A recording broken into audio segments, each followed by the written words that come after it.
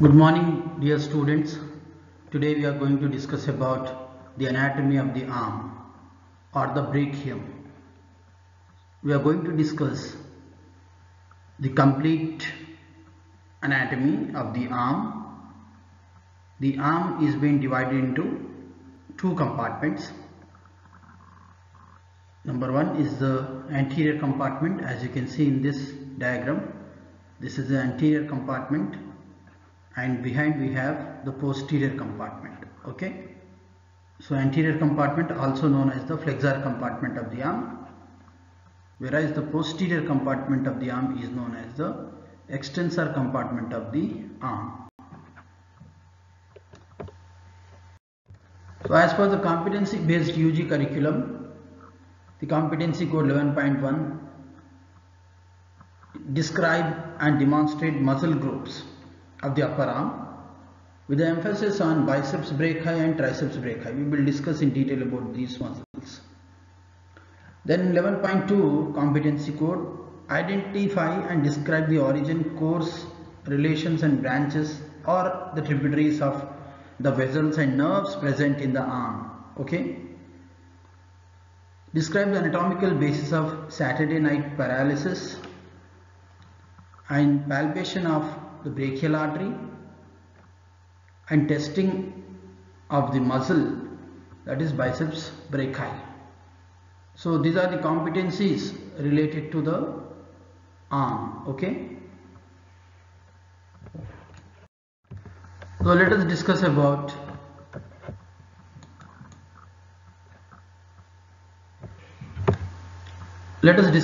the arm.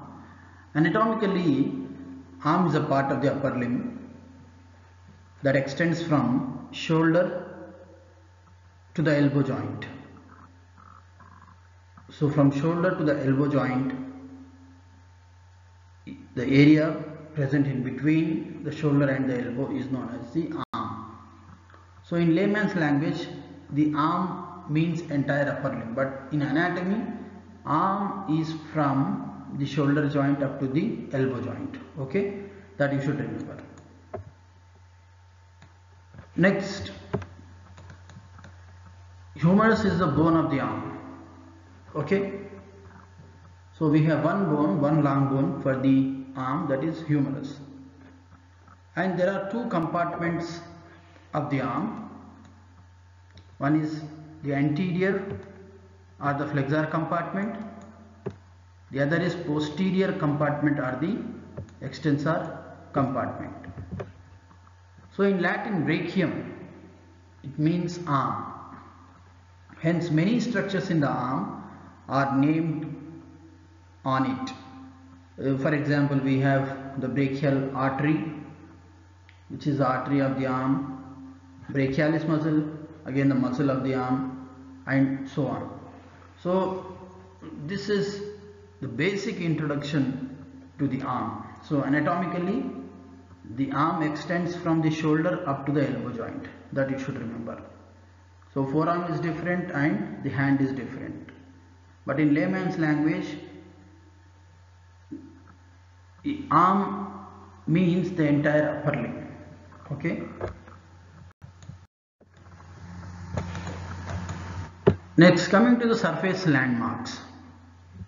So the following bony soft tissues landmarks can be felt in the living individual. So what are the bony landmarks? We have greater tubercle of the humerus. So your humerus is being taught, so you must be knowing what is greater tubercle. Okay, so greater tubercle of the humerus, it can be felt deep to the deltoid muscle. So you can see the outline of deltoid here in this diagram. So deep to the deltoid, you find the greater tubercle just below the acromion, the process of the scapula. Then next we have the shaft of the humerus. So it can be felt deep to the muscles of the arm. Okay, the shaft of the humerus. Then next we have the medial epicondyle of the humerus.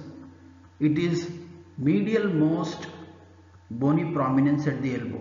So we can feel, everybody can feel the bony prominence if you keep finger at the medial aspect of the elbow, you see a bony prominence. Okay, so it can be easily seen in mid-flexed elbow. So in mid-flexed elbow, you can see the prominence of the medial epicondyle. Coming to the lateral epicondyle, the surface marking. In extended elbow, it can be felt in a depression on the posterior lateral aspect of the elbow. So here you can see on the posterior lateral aspect of the elbow, you can feel the depression of the lateral epicondyle of the humerus. Then we have supracondylar ridge. The supracondylar ridge, we have two supracondylar ridges, one is lateral and the other is medial supracondylar ridge. So these ridges can be felt in lower part of the arm, just above the epicondyles of the humerus. Just above the epicondyles of the humerus. Then head of the radius can be felt in a depression on the posterior lateral aspect of the elbow, just below the lateral epicondyle. Okay, because the radius is the lateral bone of forearm. So in the arm we have one bone, and these are all the surface markings of the arm, especially the bony surface markings. We have the greater tubercle, right, the shaft of the humerus, right, then the medial epicondyle, the lateral epicondyle, the medial supracondylar ridge, the lateral supracondylar ridge, and the head of the radius. So these are the bony surface markings of the arm. Let us discuss about the soft tissue landmarks. Number one, deltoid. As you can see here, this is the deltoid. It forms the rounded contour of the shoulder. Then biceps brachii, the belly of the biceps brachii muscle. It can be seen in the middle of the arm in flexed elbow. So its tendon, this is the biceps tendon, it can be felt in the front of the elbow. Then we have brachial artery pulsations can be felt medial to the tendon of the biceps brachii in front of the elbow, exactly at this region. So medial to the tendon of biceps brachii in front of the elbow, we can feel the pulsations of the brachial artery. Then ulnar nerve, it lies behind the medial epicondyle of the humerus. So it can be felt by rolling the nerve against medial epicondyle. So if you keep your finger behind the medial epicondyle and if you press that area, you feel tingling sensation. So that is your ulnar nerve. Okay. So these are the soft tissue landmarks of the arm. Coming to the compartments of the arm, see the arm, the deep fascia of the arm is known as the brachial fascia. See, arm or the upper or the brachium, it is enveloped by a sleeve of deep fascia which is known as the brachial fascia. So this deep fascia encircles the muscles of the arm and it sends extensions in between the muscles in the form of medial and lateral intermuscular septa. So deep fascia is sending extensions in between the muscles of the arm in the form of two septa. One is lateral intermuscular septum, as you can see in this picture, and the other is medial intermuscular septum. In this diagram also you can make out, this is medial intermuscular septum and this is lateral intermuscular septum. So medial intermuscular septum, it connects deep fascia with the medial supracondylar ridge and medial border of the humerus.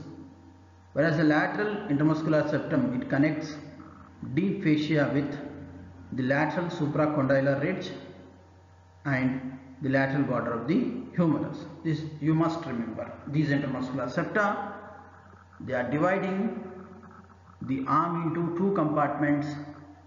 One is the flexor compartment, the other is the extensor compartment. Okay.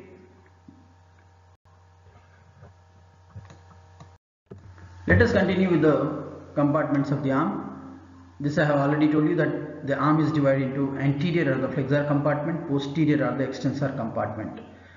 Anterior compartment, it contains muscles like, for example, you have biceps brachii, coracobrachialis and the brachialis, and the muscles arising from the lateral supracondylar ridge.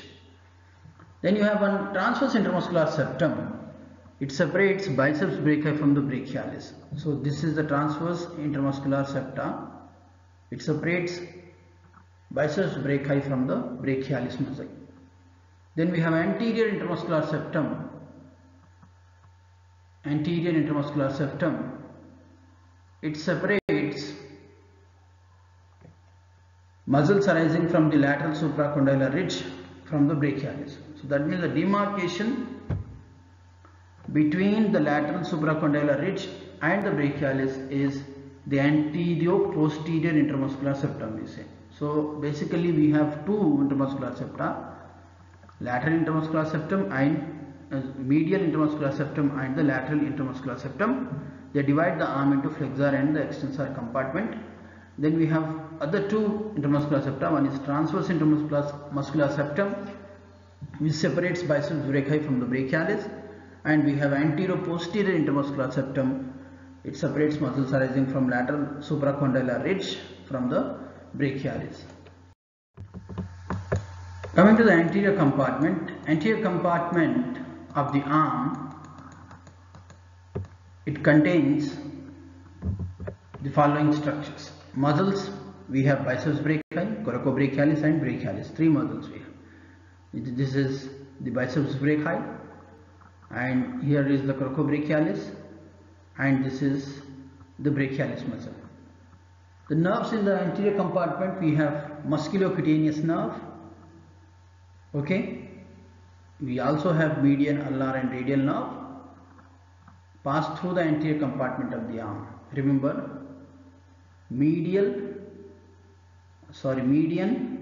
ulnar and radial nerves, they pass through the anterior compartment of the arm. Then the artery of the anterior compartment of the arm is the brachial artery. So these are the contents of the anterior compartment of the arm. So muscles, we have three muscles, the coracobrachialis, biceps brachii and the brachialis. So these three muscles, the biceps brachii, coracobrachialis and the brachialis, they are supplied by one nerve, that is musculocutaneous nerve. Musculocutaneous nerve. Okay, it is arising from the brachial plexus. The musculocutaneous nerve, it's a neat PG question, so very important from examination point of view. So musculocutaneous nerve, it supplies all the three muscles of the anterior compartment of the arm. That means the median, ulnar and radial nerve, they just pass through the anterior compartment and does not give any branches in the arm. So in this diagram we can make out the origins of the biceps brachii. It has got two heads, the short head and the long head. Okay, the short head of the biceps brachii arising from the tip of the coracoid process, right? Then the long head of the biceps brachii arising from the supraglenoid tubercle of the scapula. Okay.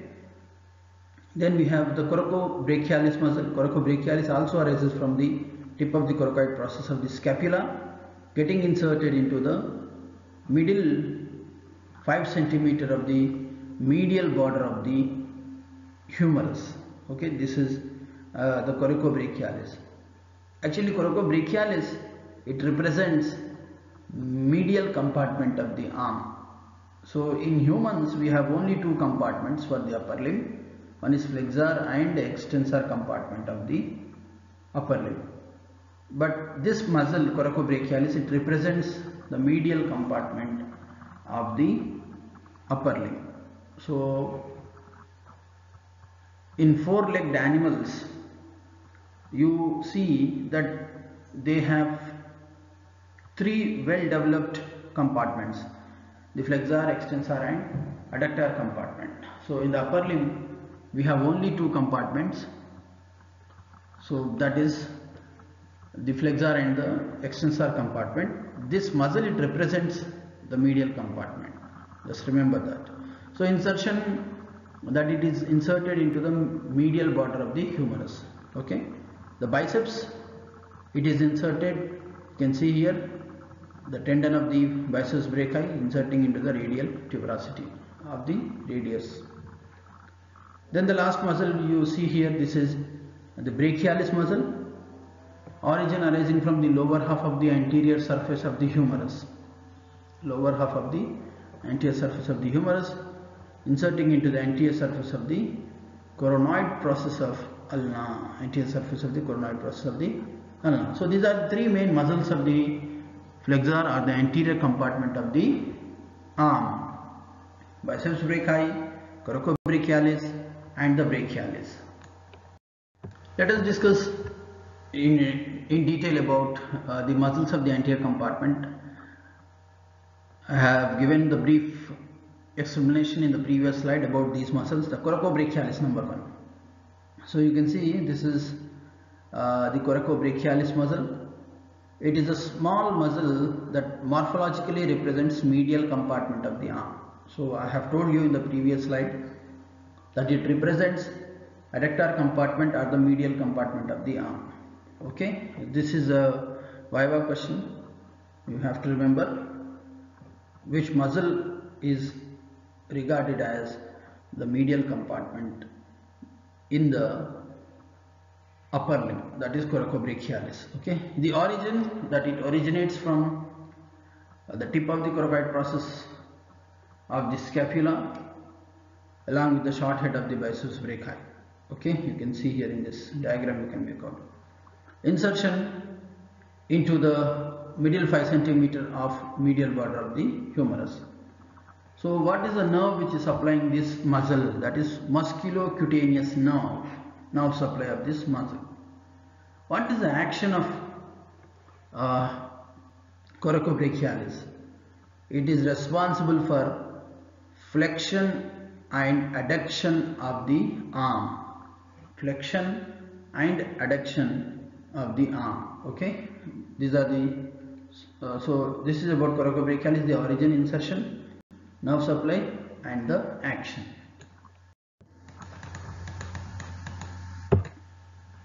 Coracobrachialis represents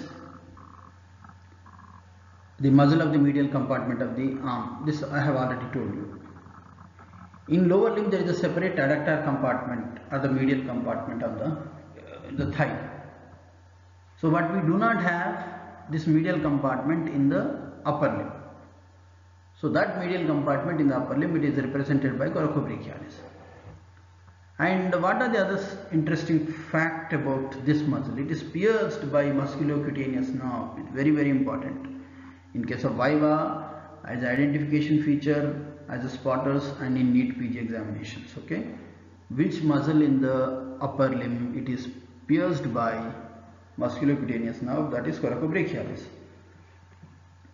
The ligamentous truthers, it is occasionally present and extends from trochlear spine to the medial epicondyle of the humerus. Okay, that is the Struthers ligament we say. Morphologically, coracobrachialis muscle has two heads and musculocutaneous nerve passes through these two heads. Okay, that you must remember. The coracobrachialis is also known as the casus perforated muscle, as it is pierced by the musculocutaneous nerve. Okay, so musculocutaneous nerve, it passes between the two heads of the coracobrachialis muscle. Okay, so these are some interesting facts about the coracobrachialis muscle. So coracobrachialis, I repeat, the origin from the tip of the coracoid process, insertion into the medial border of the humerus, that is middle part of the medial border of the humerus, nerve supplied by the musculocutaneous nerve. Of course, all the muscles of the anterior compartment of the arm, they are supplied by musculocutaneous nerve, action, flexion and adduction of the arm. Let us discuss about the second muscle, that is biceps brachii. Biceps brachii, the question will be like, write a short note on biceps brachii or write a short note on bicipital aponeurosis. So what is the origin of the biceps brachii? As you can see in this diagram, biceps brachii, it arises by two heads. One head, that is short head, is arising from the tip of the coracoid process. Long head is arising from the supraglenoid tubercle of the scapula. Okay, is that clear? The short head from the tip of the coracoid process and long head is from the supraglenoid tubercle of the scapula. What is the direction of the fibers? Both the heads join in the middle of the arm, as you can see in this diagram. They join in the middle of the arm to form a fusiform belly of the muscle. So this is the muscle belly of the biceps brachii. In the lower part of the arm, the muscle forms an aponeurosis. What is aponeurosis? A flattened tendon is known as aponeurosis. The tendon is flat, that's why we say aponeurosis. And also it forms a thick tendon. So it forms an aponeurosis which is known as bicipital aponeurosis and a thick tendon. So biceps brachii crosses shoulder joint and elbow joint. Hence it acts at both these joints. Okay, it acts on elbow as well as at the shoulder joint. So what is this bicipital aponeurosis? It extends on the medial side of the ulna, as you can see in this picture, and merges with the deep fascia of the forearm. Deep fascia of the forearm. So this is about the origin of the biceps brachii, right? The direction of the fibers. Okay, what is bicipital aponeurosis and what is the tendon of biceps brachii? So the tendon of the biceps brachii, it is inserted on the posterior part of the radial tuberosity, whereas the bicipital aponeurosis, it merges with the deep fascia of the forearm. So in this diagram, the biceps brachii, the anterior view we can make out, it shows the bony attachments here. So the short head of the biceps brachii arising from the tip of the coracoid process of the scapula, the long head arising from the supraglenoid tubercle. Insertion you can see here, the tendon of the biceps brachii inserted into the radial tuberosity, and the flat tendon, that is aponeurosis, the bicipital aponeurosis, it merges with the deep fascia of the forearm. So to have a quick recap about biceps brachii, the origin: short head from the coracoid process of the scapula, long head from the supraglenoid tubercle. Insertion into the radial tuberosity, the tendon inserted into the radial tuberosity, whereas aponeurosis into the deep fascia of the forearm. Nerve supply: musculocutaneous nerve, same as that of coracobrachialis. The action of biceps brachii is supination of the flexed forearm.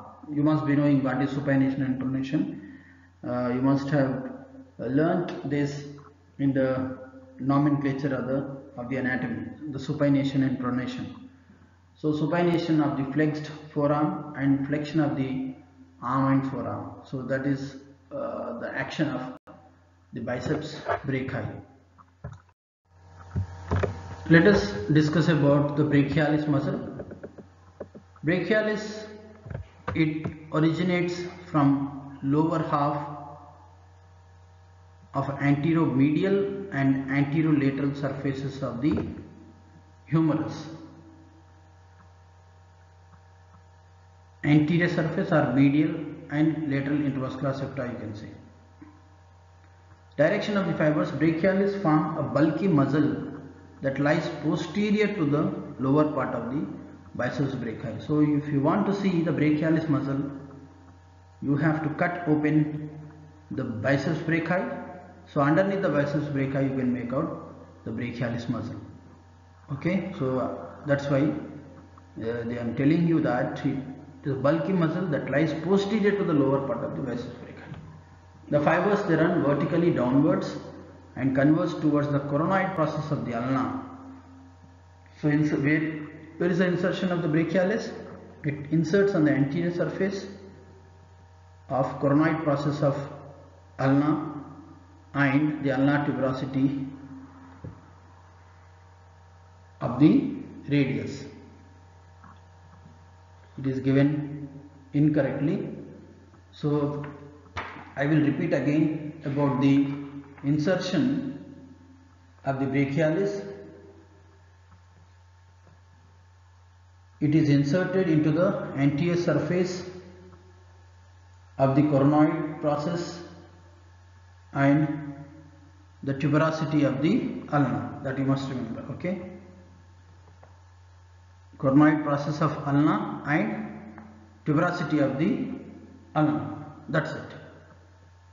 Brachialis inserts on the anterior surface of coronoid process of ulna and the tuberosity of the ulna, that you have to remember. So that is the insertion of the brachialis muscle. So you can palpate the contracted muscle. So to have a quick recap about brachialis, origin from the lower half of the anterior surface of the humerus and medial and lateral intermuscular septa, insertion coronoid process of ulna and ulnar tuberosity, nerve supply medial part musculocutaneous nerve and small part by the radial nerve which carries proprioception, action. It is responsible for the flexion of the forearm. So dear students, we discussed in detail about the three muscles of the anterior compartment of the arm, the coracobrachialis, biceps brachii and the brachialis. Now let us discuss about the nerves in the anterior compartment of the arm. The musculocutaneous nerve.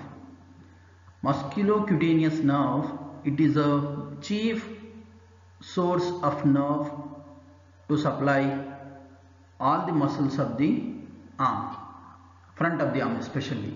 You can see here the biceps brachii, the coracobrachialis and the brachialis. These three nerves, they are supplied by these three muscles, they are supplied by musculocutaneous nerve. So musculocutaneous nerve is the branch of lateral cord of the brachial plexus, right? So musculocutaneous nerve arising from the lateral cord of the brachial plexus. What is the root value of the musculocutaneous nerve? C5, C6, ventral rami of the C5 and C6 cervical spinal nerves. Okay. So what is the termination of this? The musculocutaneous nerve. It continues as the lateral cutaneous nerve of the forearm. So in this diagram you can make out the origin of the musculocutaneous nerve from the C5, C6 ventral primary rami of the brachial plexus, and it pierces the coracobrachialis muscle. Then it continues as the lateral cutaneous nerve of the forearm, 2 cm above the elbow. 2 cm above the elbow, the musculocutaneous nerve continues as the lateral cutaneous nerve of forearm. Let us discuss about course of the musculocutaneous nerve. It arises from the lateral cord of the brachial plexus in the lower part of the axilla. It pierces the coracobrachialis muscle, important from viva, identification feature and spotters point of view. Then it runs downwards laterally between the biceps and the brachialis muscle. Then it emerges on the lateral side of the tendon of the biceps brachii and it continues as the lateral cutaneous nerve of forearm. Next, relations of the musculocutaneous nerve. So in the lower part of the axilla, you can see in this diagram, this is the musculocutaneous nerve arising from the lateral cord of the brachial plexus. In the lower part of the axilla, anteriorly it is related to the pectoralis major muscle, which has been removed here. Then posteriorly the subscapularis muscle. Medially the axillary artery, as you can see in this picture. Laterally coracobrachialis muscle. So these are the relations of the musculocutaneous nerve in the axilla. In the upper part of the arm, musculocutaneous nerve, it lies in the substance of the coracobrachialis muscle. Okay, in the upper part of the arm, the musculocutaneous nerve lies in the substance of the coracobrachialis muscle. Then in the middle part, the nerve lies between the biceps and the brachialis muscles. Okay, so these are the relations of the musculocutaneous nerve in the lower part of the axilla. In the upper part of the arm, it is present in the substance of the coracobrachialis. In the middle part of the arm, it lies between biceps, brachii and the brachialis muscles. Then it pierces the deep fascia at about 2 cm above the elbow joint. Okay, and continue as the lateral cutaneous nerve of forearm. Branches and distribution of the musculocutaneous nerve. Muscular branches in the arm, whatever we have discussed so far about the arm, that the muscles of the arm, the coracobrachialis, biceps brachii and brachialis muscle, they are supplied by the musculocutaneous nerve. So these are the muscular branches for coracobrachialis, biceps brachii and brachialis. Then cutaneous branch, lateral cutaneous nerve of forearm. It is for the skin of the lateral side of the forearm. This is a neat question. So muscular branches are 3 from the musculocutaneous nerve. They supply the brachialis, biceps and coracobrachialis. Okay. Whereas cutaneous branch 1, lateral cutaneous nerve of forearm, it is for the skin of the lateral side of the forearm. Articular branches for the shoulder joint and elbow joint. Okay. Let us discuss about the clinical integration. Damage to the musculocutaneous nerve, it leads to the paralysis of biceps brachii and weakness of supination. The weakness of supination and loss of biceps tendon reflex. Okay, so loss of biceps tendon reflex, weakness of the supination, so weakness of the flexion of the elbow, and also the loss of cutaneous sensation along the lateral aspect of the forearm. The cutaneous sensation like touch pain, temperature, loss of cutaneous sensation along the lateral aspect of the forearm, and paralysis of the biceps brachii. It leads to weakness of the supination, weakness of the flexion of the elbow, and loss of tendon reflex, that is biceps tendon reflex. So this is the clinical integration related to the damage to musculocutaneous nerve.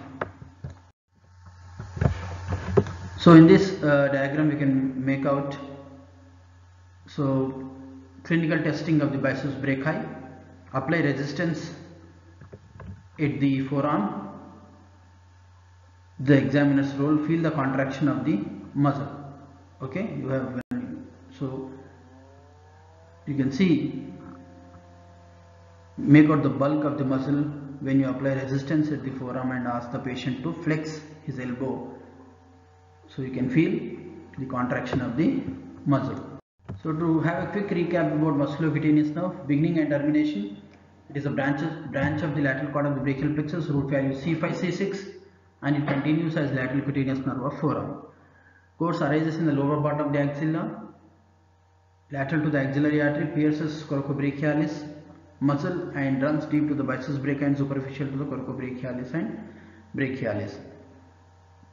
Branches of the musculocutaneous nerve, muscular 3, supplies the coracobrachialis, biceps brachii and brachialis, cutaneous, lateral cutaneous nerve of forearm, and articular for the shoulder joint and elbow joint.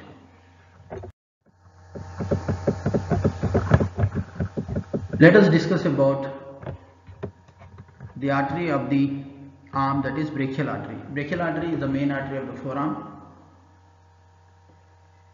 and it also supplies main artery of the arm and also supplies the forearm by giving dividing into radial and ulnar arteries. Brachial artery is a continuation of the axillary artery. So here we can see the axillary artery. Axillary artery continues as the brachial artery at the level of lower border of the teres major muscle. At the level of the lower border of teres major muscle. What is the course of brachial artery? Brachial artery runs downwards and laterally to reach the neck of the radius in the cubital fossa where it terminates into radial and ulnar arteries. So we can see here, this is the radial artery and this is ulnar artery. So axillary artery continues as brachial artery. At the neck of the radius, the brachial artery divides into ulnar and the radial artery. Okay. What are the relations of the brachial artery in the arm? Anteriorly, it is crossed by the median nerve. Okay, median nerve from lateral to medial. Okay, so posterior relations of the brachial artery.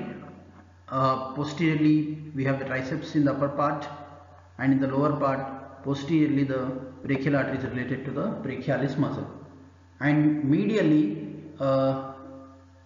the brachial artery is related to the ulnar nerve and also the basilic vein. Ulnar nerve and basilic vein in the upper part, median nerve and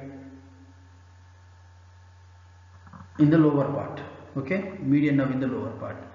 Lateral relation, if you see, the median nerve and coracobrachialis in the upper part.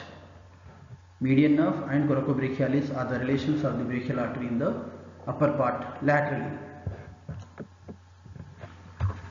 And biceps brachii in the lower part.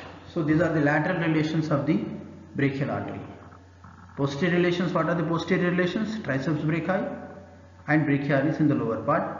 Medially ulnar nerve and basilic vein in the upper part, and median nerve in the lower part.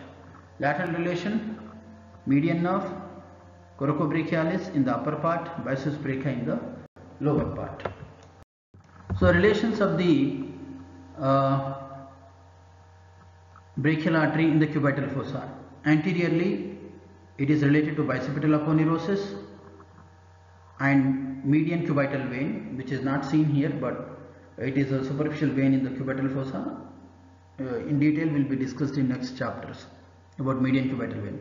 Posteriorly, it is related to the brachialis muscle. The brachial artery posteriorly in the cubital fossa related to the brachialis muscle. Medially to the median nerve and laterally to the tendon of the biceps brachii. Now coming to the branches of brachial artery, number one we have the profunda brachii artery. You can see here. So this is axillary artery arising from the continuation of the axillary artery is the brachial artery. So profunda means deep. So it gives a branch which is known as the profunda brachii artery. Then we have the superior ulnar collateral artery, inferior ulnar collateral artery, and nutrient artery to the humerus. Then there are some unnamed muscular arteries. Then we have the terminal branches of the brachial artery, that is the ulnar artery and the radial artery. So these are the branches from the brachial artery. Okay, profunda brachii, superior ulnar collateral, inferior ulnar collateral, some unnamed branches which supply the muscle, and nutrient artery to the humerus, and there are two terminal branches from the brachial artery, that is ulnar artery and the radial artery. Let us discuss some interesting facts about the brachial artery. In the anterior compartment of the arm, brachial artery is located on the medial side of the belly and tendon of the biceps brachii muscle and lateral side of the median nerve. So this is in the anterior compartment of the arm. Profunda brachii artery is a major artery of the posterior compartment of the arm, which is a branch from the brachial artery. So largest branch from the brachial artery is profunda brachii artery and supplying the posterior compartment of the arm, though it is given up in the anterior compartment.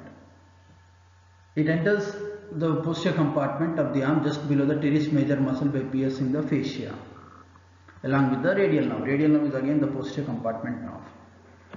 Superior ulnar collateral branch and ulnar nerve pierce the medial intermuscular septum and enters the posterior compartment. Okay. Inferior ulnar collateral branch 5 cm above the elbow divides into anterior and posterior branches to anastomose around the elbow joint. Okay. So this will be taught, anastomosis around the elbow will be taught in the elbow joint. Okay. For time being, just remember the names.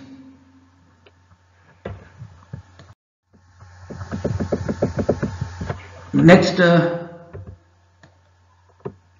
clinical integration of the brachial artery. Pulsation of the brachial artery. Pulsation of the brachial artery can be felt in the cubital fossa. That is at the elbow, medial to the tendon of the biceps brachii. Regarding blood pressure, pulsation of brachial artery stops as the pressure of the cuff tightens around the arm. It raises above the systolic blood pressure. Okay. So when you tighten the cuff of the BP apparatus above the systolic blood pressure, you see the stoppage of the pulsations of the brachial artery, and the pulsation restarts as the pressure decreases than systolic pressure. That is, normal blood pressure is 120 by 80. Okay, 120 is systolic. So if you raise the pressure of the cuff above 120, so you see the stoppage of the pulsations of the brachial artery. Then when you release the pressure, so you see the pulsations, they restart from the brachial artery as the systolic blood pressure is decreasing. Then one more condition you have, the Korsakoff sounds can be heard using stethoscope while measuring the blood pressure by putting stethoscope diaphragm over the brachial artery in the cubital fossa. So that we might have observed a physician keeps stethoscope over the cubital fossa to listen to the Korsakoff sounds. Okay. Next we have the compression of the brachial artery. To stop bleeding from injury of forearm and hand, brachial artery can be compressed against the shaft of the humerus, okay, by using tourniquet or BP apparatus cuff. So this is about the clinical integration of the brachial artery. In this table it is given the beginning of the course and the termination of the brachial artery, the relations of the brachial artery and the branches from the brachial artery. Okay. Now let us discuss about the posterior compartment of the arm. The posterior compartment of the arm, it contains following structures. You have only one muscle, that is triceps brachii, one nerve, that is radial nerve, profunda brachii artery, and ulnar nerve and ulnar collateral arteries, they pass through the posterior compartment. Okay, they pass through the posterior compartment. Now let us discuss about the triceps brachii muscle. So you can see here, this is the posterior compartment of the arm. You have triceps muscle. It has 3 heads, 1, 2 and 3. So triceps is a large bulky muscle that fills the posterior compartment of the arm. It has 3 heads. This is long head, right? Then we have the lateral head. Then we have the medial head. So long head, the lateral head and the medial head of the triceps brachii. Origin, the long head arises from the infraglenoid tubercle of the scapula. Lateral head arises from an oblique ridge on the posterior surface of the humerus. Okay, on the posterior surface of the humerus, which lies lateral to the radial groove. Then medial head arises from posterior surface of the humerus below the radial groove. It also originates from medial and lateral intravascular septa. Insertion of the triceps brachii inserts on the posterior aspect part of superior surface of the olecranon process. Insertion posterior part of superior surface of the olecranon process of ulna. Okay, innervation, that means the nerve supply of the triceps brachii is the radial nerve. The action of the triceps brachii is a powerful extensor of the elbow. It is a powerful extensor of the elbow. So gravity is the main factor for the elbow extension. The long head is responsible for the extension and adduction of arm at the shoulder joint. Extension and adduction of arm at the shoulder joint. Some interesting facts about the triceps brachii. The long head of the triceps brachii is the longest of all heads. The long head lies medial to the lateral head and superficial to the medial head. Medial head lies in the lower part of the arm, deep to the lateral and long head.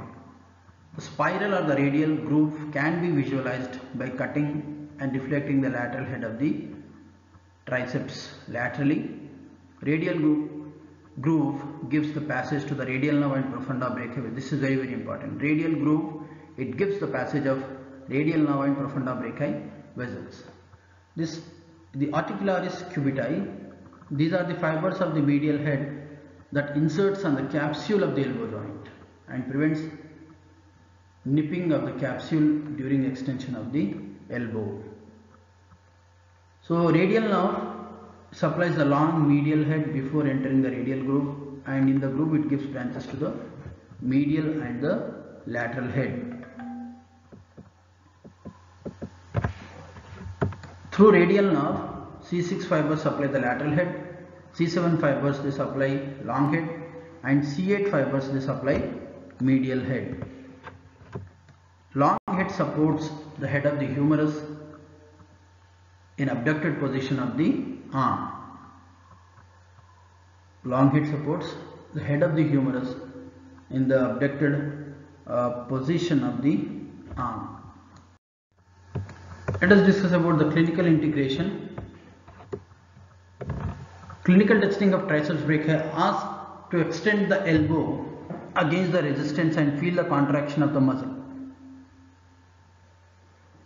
Escape the triceps in radial nerve injuries. Escape of triceps in radial nerve injuries. In radial nerve injuries in the spiral groove, the triceps escapes from complete paralysis as the long and medial heads of the triceps, they receive the branches from the radial nerve rising in the axilla. So that is called the escape of triceps in radial nerve injuries. Okay. And so in the radial nerve injuries, thus in spiral groove, especially the triceps escapes from complete paralysis as the long and medial heads of the triceps brachii, they receive branches from the radial nerve arising in the axilla. So dear students, let us discuss about the radial nerve. Radial nerve is a essay question. You have separate class for the radial nerve, but since we are discussing the posterior compartment of the arm, so I will briefly elaborate about the radial nerve in the arm only. Okay, but you have separate class for the radial nerve, which comes as a essay question. So write a short note on radial nerve in the radial groove or the spiral groove, also known as the musculospiral groove. So radial nerve is the main nerve of the posterior compartment of the arm, forearm and dorsum of the hand. It is a continuation of posterior cord of the brachial plexus. Root value is C5 to C8 and T1. The beginning, it arises as a continuation of the posterior cord of the brachial plexus behind the third part of the axillary artery, and that is in the lower part of the axilla. It is the largest branch of the brachial plexus. Okay. The course and relation: radial nerve begins in the lower part of the axilla. It runs behind the axillary artery for a short distance and behind the upper part of the brachial artery.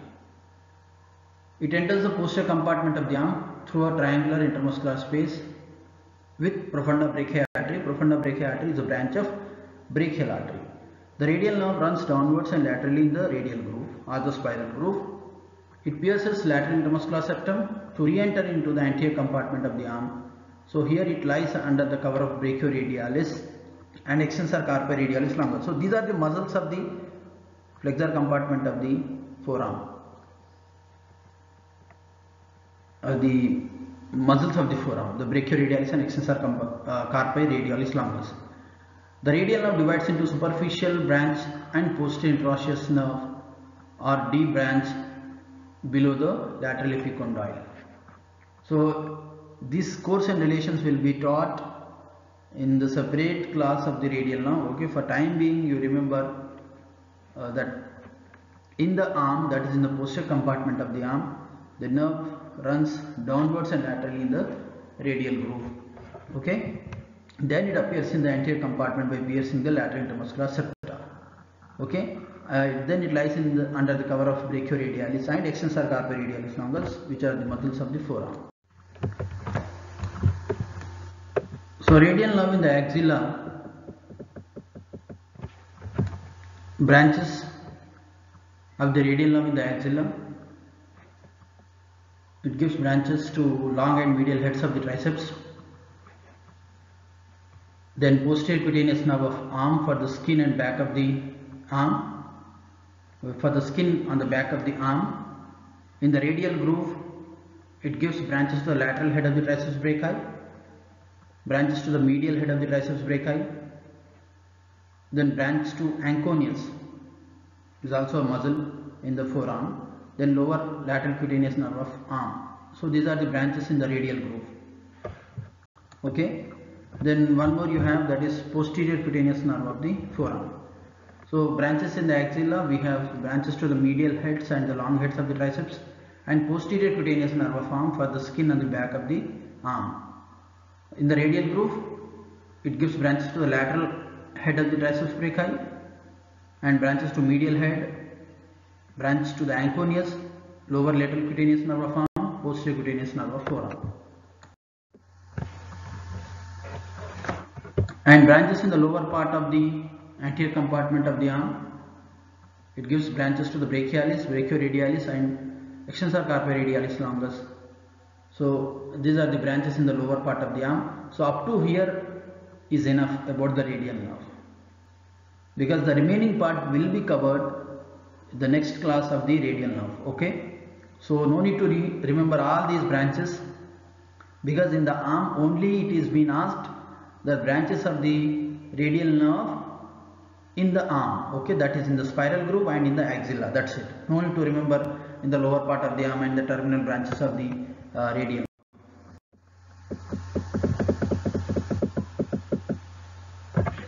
Coming to the clinical integration of the radial nerve, injuries to the radial nerve produce signs and symptoms based on the site of injury. Injury in the axilla leads to Saturday night palsy. It occurs due to sleeping on armchair with limb hanging by the side of the chair or by pressure of the crutch. Results: loss of extension of the forearm, weakness of the supination. Loss of extension of the wrist and fingers, that is called wrist drop, as you can see in this image. Loss of sensation in lower and lateral posterior aspect of the arm, posterior aspects of the forearm, hand and lateral 3½ fingers. You can see this area. The sensory loss of posterior cutaneous nerve of arm, lower lateral cutaneous nerve of arm, posterior cutaneous nerve of forearm and superficial branch of radial nerve. So this is actually the sensory loss due to the paralysis of the radial nerve. So injury in the radial groove results in all the above signs and symptoms except the medial and long head of the triceps are preserved. So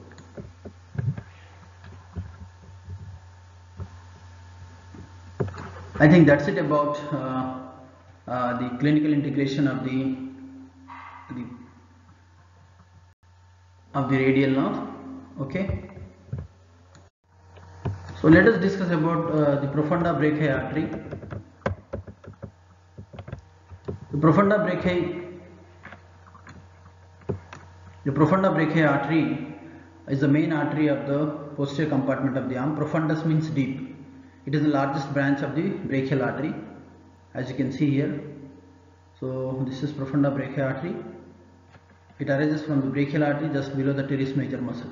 This is teres major, and just below the teres major you have a branch from the brachial artery which is known as profunda brachii. It passes from the posterior medial aspect of the brachial artery into the triangular intermuscular space. It runs in the spiral groove along the radial nerve. So what are the contents in the spiral groove? One is radial nerve and other is profunda brachii artery. And termination profunda brachii artery divides into anterior descending and posterior descending branches. We can see anterior descending branch and posterior descending branch.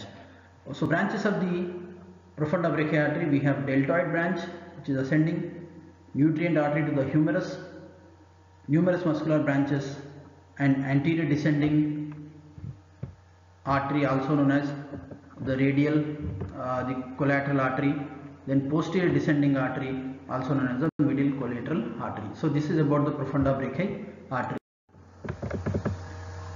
So some interesting facts about the branches of the profunda brachii artery. Deltoid branch anastomosis with the descending branch of posterior circumflex artery. So this we will tell you the anastomosis around elbow, but for time being you remember the branches here. Then radial collateral artery accompanies the radial nerve, anastomosis with the radial recurrent artery in the front of the lateral epicondyle.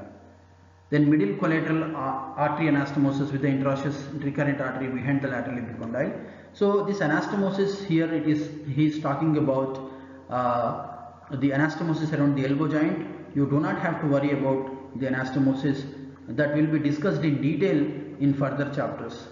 Okay, that is especially it is exclusively related to the elbow joint. We say the anastomosis around the elbow. There you will come to know about the radial collateral artery and this one middle collateral artery anastomosing with the interosseous recurrent, radial collateral artery anastomosing with the radial recurrent artery in front of the lateral epicondyle. So this you will come to know in the elbow joint, that is anastomosis around elbow joint. Okay, so with this we have completed about the arm. Okay, so muscles of the anterior compartment of the arm, muscles of the posterior compartment of the arm. The main nerve of the anterior compartment of the arm is musculocutaneous nerve, that we have discussed in detail, and main nerve of the posterior compartment of the arm, that is radial nerve. What you have to remember regarding the radial nerve, what are the branches in the axilla and what are the branches in the spiral groove from the radial nerve. That's it, nothing else about the radial nerve, because you have separate class for the radial nerve which has been discussed in detail. Okay, then about profunda brachii artery, you should know the branches. Anastomosis around, again we will discuss in the elbow joint. Okay, there you have to remember the anastomosis around elbow, branches coming from the profunda brachii in detail. Okay, so and muscles, origin, insertion, nerve supply, action is very important. We have three muscles in the anterior compartment, that is coracobrachialis, biceps brachii and brachialis. In the posterior compartment we have only one muscle, that is triceps brachii. Okay, thank you very much. Go through the chapter, and if you have any clarifications you can text me. I will try to clarify your doubts. Thank you very much.